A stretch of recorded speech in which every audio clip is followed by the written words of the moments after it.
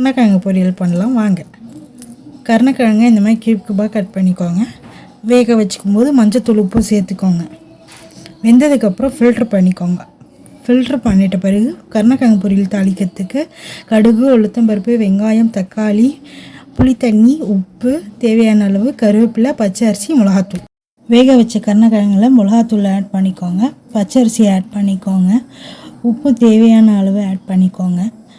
புளி தண்ணி கொஞ்சம் ஊற்றிக்கோங்க. இதெல்லாம் ஆட் பண்ணிவிட்டு 5 மினிட்ஸ் ரெஸ்ட்டில் விடுங்க. அதை ரெஸ்ட்டில் விட்டுட்டு ஒரு பானால எண்ணெய் ஊற்றி கடுகு, உளுத்தம்பருப்பு போட்டுட்டு, வெங்காயம் போட்டுட்டு, தக்காளி போட்டுட்டு வதக்கிட்டு அது நல்லா செவந்த பிறகு கருவேப்பிலை போட்டுடணும். கருவேப்பிலை போட்டுட்ட பிறகு இங்கே மேக்னேட் பண்ணி வச்சுருக்க அந்த கருணக்கிழங்கு எடுத்து அதில் போட்டுடணும். இதை நல்லா பெரட்டிக்கோங்க. மிளகாத்தூள் வாசனை போகிற அளவுக்கு நல்லா பெரட்டிக்கோங்க. 10 மினிட்ஸ் கழித்த பிறகு இந்த மாதிரி கிறிஸ்பியாக வந்த பிறகு கருணக்கிழங்கு பொரியல் ரெடி.